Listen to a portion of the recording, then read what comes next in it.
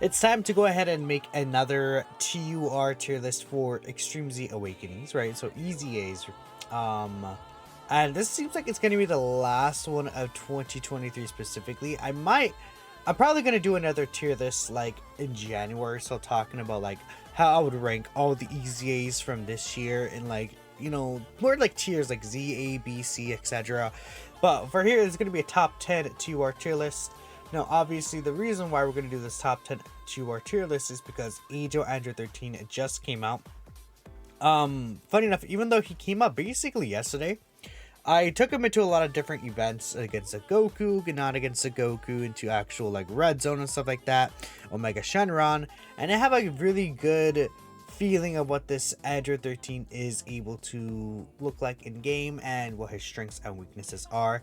He's kind of a straightforward unit, so I don't really think I need too much time spent on how this 13 is. So we're going to talk about him when we get to him on the list itself. But without further ado, let's just go ahead and start, right? A lot of the list is going to be generally the same as the last one I did back in November. So first things first, at our number 10 spots, we have Attack Future Trunks here. Now, I do want to keep in mind also, last time I did have some Heroes units on here. This time the only Heroes units that would be considered here this time is Easy Super Saiyan 4 Vegito, before we continue on. So, like, characters that would have, like, 77 medals awakening from a Dokkan event, right? It's characters that I am kind of considering for, like, this Dokkan Fest tier list. Even though he's not really a Dokkan Fest, he pretty much is, right? At this point. Tech Trunks is like, he's very much at a disadvantage in the game right now because him being a tech unit that builds up, it's like so many of these bosses are like short fights but also ints, so this character can have a lot of struggles, but he's very, I think, straightforward as a character, right? He's giving some support, which is cool. He has the stacking, at least when he's transformed, this 50% stacks could be pretty nice in a longer event like against Omega. He has Boeing crit, right? Could potentially do quad super attacks. Good link set. A lot of teams that he's on. You could just throw him on a lot of these teams and he could be like a decent like 6 option for the team. In the active skill version, he could actually do quite a bit of damage on the active skill version, like at the end of the event, like against specifically like Omega, I'm thinking, right? So overall, he's like a good character. I just think his base form is a little too weak, and then these stacks here not lasting permanently also really suck, because it feels like this guy stays pretty stagnant on turn 3 to turn 5, right? Because of the fact that he would lose the stacks from the first turn, and I just feel like it's not really necessary for him to have lost those stacks like that. But otherwise, I think this Trunks very, very, very good character. In terms of, well, I said very, very, very good. You see, I'm kind of going insane like that. Very, very simple character is what I'm trying to say, but a very,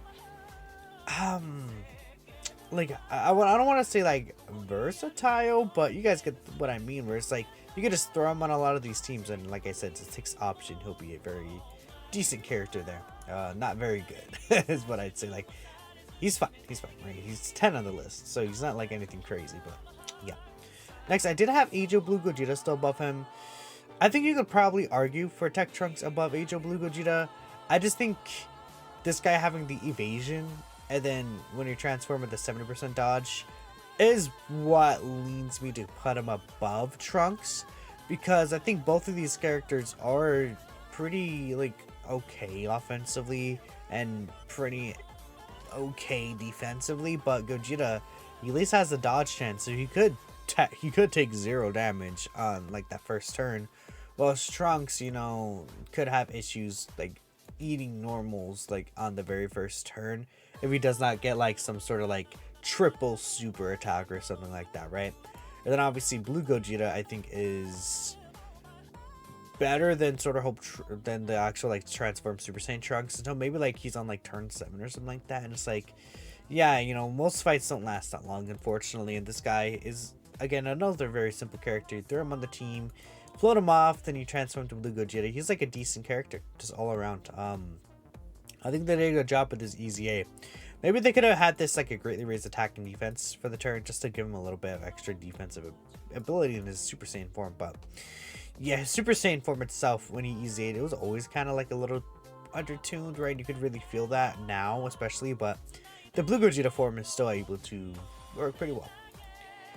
Next on my list, we do have number 8, which is Blue Cow Ken Goku.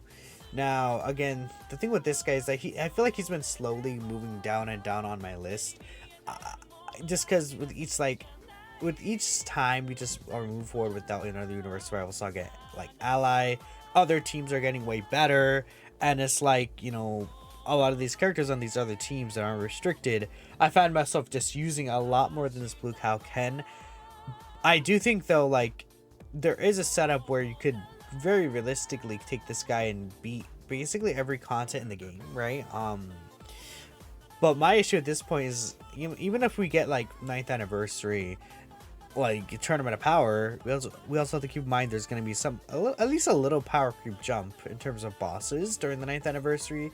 It's happened every anniversary, even if it's just a little bit.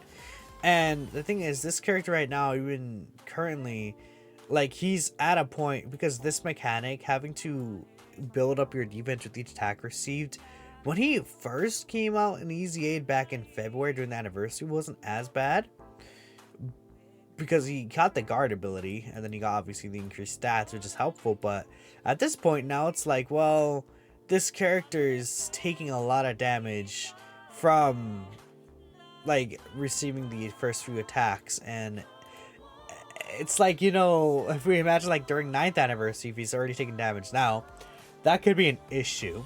But again, his main strength is his offense. We just need a setup for him where he has the 3 reps Universe 7 category allies, like, that are very, very good. Because, like, again, you could have like a decent setup for him, but I mean, there's only like like for this, you kind of have to run like the Tournament Power androids basically for like a setup like this. And then, or like even without the Tournament Power androids, you could use like 17 and the 2 white Gokus, and then it's like, you know, STR and AGL, and like they're decent, but like, you know, that's really offering them like decent, okay at best, because they're really all reliant. Well, 17's I think a good character, but the UI Gokus at this point, it's like they're very dodge or die, and you know, you take that one normal and you take like a 500k normal, you know, so that's an issue there. So we'll see how things look like when we get those Universe Survival Saga buffs, but I can't in good faith put him that much higher, even though he has such strong potential. It's a thing like not as bad as Omega Shonen obviously, but like it's a thing where it's like his team holds him back, and it's like this guy could like carry the team, but you could so easily like get destroyed on that team that you have to run as well. So I don't know, it's like a very high risk reward character. The reward is pretty simple to get, I would say, compared to other characters. Next up, MVP 17. I think he's just been getting better as time passes on. This MVP 17 just being a damage reduction support character. If he doesn't have the 40% reduction, that can hurt in a lot of situations. Especially if he hasn't built up this multiplicative stats. Which this, again, the mechanic is not really great in the first place. But if this guy does have the full reduction up, then it's not really that big of a deal, right? He's providing pretty good defensive support, 3 key 60% and potentially 77% defense. Really good. If I was going to change anything about this character, make the reduction like more evened out.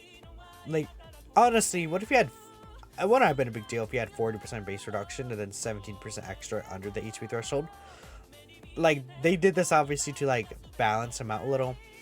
But I feel like, I mean, at least at the very least, like 77% HP, not a big deal to enter the turn under that HP threshold.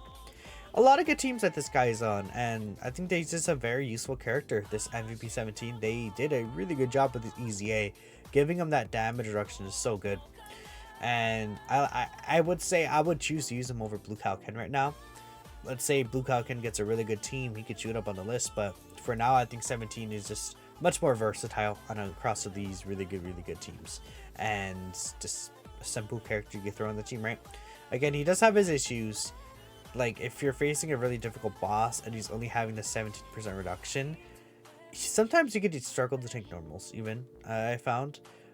But if you're under 77% HP, he's perfectly fine and can tank most supers in the game. In fact, I had him tank Fusions and Mastery's super attack as well, so he can pretty much take every super attack in the game, right? So, he's good. He's a good character. Next, we have Aegyo Android 13, and this is where I do have him on the list at number 6 here. And we'll spend some extra time talking about this Aegyo Android 13. Now, Aegyo Android 13, this guy, it's really, really unfortunate. Like, he would actually be much higher on the list. Like, he'd actually, like, easily be, like, 4 on the list or something like that. I don't know. You wouldn't even put him at 4. I think the other characters are so good, but this right here is what really hurts him. Having to have that additional only against the Goku is just very, very unfortunate. Because it's such a massive difference, right? This guy is a supporting character. Like, even without facing a Goku, like, in his base form, he's getting, like, 700 to 900k defense as a support character that you can just float around, right? I think that's pretty good. Turn 1, he's at, like, 450 to 500k defense range, more or less. At least mine that has the defense equips on him. And then it's like, oh, he's eating even Fusions and Master's normal attacks sometimes turn 1, which is really good for the Androids team. A lot of good links for the Androids team as well. Fusion 13 is like a decent character. His defense can get really high starter turn, even again without the extra stacks and facing a Goku. You can be like at 1 million to 1.1, 1.2 million even defense just start of turn, which, you know, that's a good defensive stat, right? 1.2 mil for an easy A. I'll definitely take it. You could triple super, do some, like, you know, 9 mil, 10 mil attack sets or so, and it's like, that's pretty decent, right? It's not bad at all for an easy A. I'll definitely take it. I wish that his additional was not restricted against Goku though. Or maybe even if you could choose when you transform with 13. Because if you could, like, if this was an active skill transformation, then you could permanently stack with this guy in, like, say, Omega Shenron. And then obviously he'd be way better in that fight. Even Fusions and Monster, like, what I prefer for this guy just in general to stay as a floating support character, I probably would, right? Yeah, I think I would probably prefer this guy to just be a floating support character. But he does transform guaranteed in turn 5 in the Androids team, which is the team you want to run him on. Not really a target Goku team that you could use them on, because the target Goku leader is the Androids, and obviously if you're running double 17s, then you already activate his condition to transform, so that's a thing there. But I've had experiences where this guy is, like, getting multiple super attacks a turn because of the Goku enemy, like when I took him against a Goku enemy, and then I had Fusion 13 get to, like, 1.7 million defense just start of turn. And that's stupid, right? That is really stupid. So he has a lot of potential, but unfortunately I can't put him any higher than, I think, 6. I think he's a more consistent option defensively than 17. Damage-wise, he's nothing really special when he's pre-transformed. And honestly, you could argue 17 support may be slightly better. In fact, just maybe straight up better, right? But I think this guy is going to be a more consistent character across the team you're going to be using him on. And obviously he's a villain help as well. And I think, yeah, I think overall it's just going to be more consistent, right? It's kind of funny because, like, I feel like these characters are, like, a little inconsistent, with 17 being, in my opinion, the least inconsistent. But 13 is where it's starting to get, like, okay, these characters are doing what they are doing routinely through the fights. Next I have Physical Piccolo. I was considering putting him above Physical Piccolo, and I feel like they're really close, honestly. But I think Piccolo is too strong transformed, and considering that obviously he has the scouter ability as well, I think that's such a huge thing on top of that. Early on, I think Piccolo, like, turn 1 is weaker than 13, but I think Piccolo is able to build up quite fast. And obviously fused with Kami Piccolo is just straight up better, I think, than the Transform 13, right? And he still has the Scouter, right? Because he has this 40% reduction. So good, so good. And he's obviously have been stacking tons of defense links. I think he's good. I think people don't really talk about Physical Piccolo as much anymore. But another thing is that I mean, he benefits from being a physical type unit in the game, right? Kind of like how 17 benefits from being a physical type unit with his production. This guy benefits a lot from being a physical type character. Maybe things will change. Maybe we get tons of S tier bosses in 13. I'm like, okay, yeah, I feel more comfortable with 13, but Piccolo, I think he's able to cook really, really well. I am a big fan of this easy A physical Piccolo. I like him maybe a little better than most people. Just the stacking plus the reduction combo is kind of crazy, and he's just so good. He's so good. He's healing as well. Very, very useful character. I like with Orange Piccolo as well. Pretty good. I like him.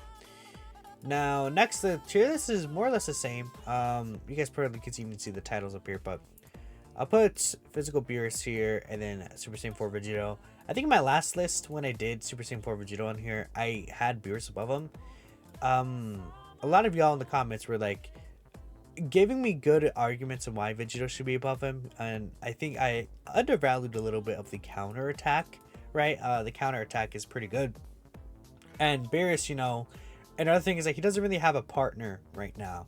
Well, I think Vegito has a perfect partner, and I think he's in a really perfect situation right now. And Beerus, it's like, you know, LR Beerus and Whis is nothing really special at this point. Like, they could be pretty nice, but I feel like they could also be just very weak in some of these events. And Beerus, he does want to be specifically against Realm of Gods. Well, I think this character is, you know, like, let's say Omega, probably better in Omega than Beerus is overall, right? And the support is so good as well. So I think I would, yeah, I feel comfortable having Super Saiyan 4 Vegito above Beerus. And then this one is tough as well, but I also decided to put Gohan above Zamasu. And the reason why is because Gohan is just getting a lot more valuable. I mean, Bottom Master and Disciple as a team has been still getting tons of like crazy help over the last few like times, right? I mean, what was the recent, like, we got this Gohan and Piccolo character. They came out recently, and again, they're a very decent addition to the team. I do like them quite a bit. You know, even considering the Super Saiyans category team, right? Future Gohan is obviously on the Super Saiyans category team, which we just got the 200% version of. He's really good there, and that obviously is a really strong Trunks for this guy, which is really, really nice. Just another good Trunks. That Trunks could activate his guard as well, the high chance to guard, which I wouldn't say is anything special, but you know, if this guy has a 70% reduction or has 58% reduction plus the guard ability that goes up, as you know, he's just, I think he's gonna be really, really good. I think base Gohan is better than base Fusion Zamasu, I would say, just overall what they're able to provide. But Fusion Zamasu is turn 3 and this guy is turn 4, which, considering most events are short, that doesn't make a difference. But I think Transform Future Gohan is better for sure than this Fusion Zamasu. Maybe in Omega this Fusion Zamasu is better, and that's like the one place I would say, because he's able to permanently stack. But most like other events, I would prefer Future Gohan here. Super Saiyan and Gohan is crazy. I mean, this guy also being a 50% support is also really nasty. I like him quite a bit. I think this Future Gohan is aging really gracefully, and I think he's in a lot better of a spot than Zamasu's team, right? Zamasu's team is really just next to Tech Fusion Zamasu. It's not bad, right? It's like that's his setup, but Future Gohan is a lot more flexible too. But I think like the power these two have, I like just like they're like a little bit like there's like a small gap here, and I would say there's like a small gap between 13 and 17, like that's like the gaps, quote unquote. But I don't think it's enough where it's like, you know, too much of a big deal here. So I don't know, that's my top 10 TUR Dokkan Fest tier list. Let me know what you guys think. That's it. Let me know what you think of 13 as well. I'll catch you guys in the next video. Peace out.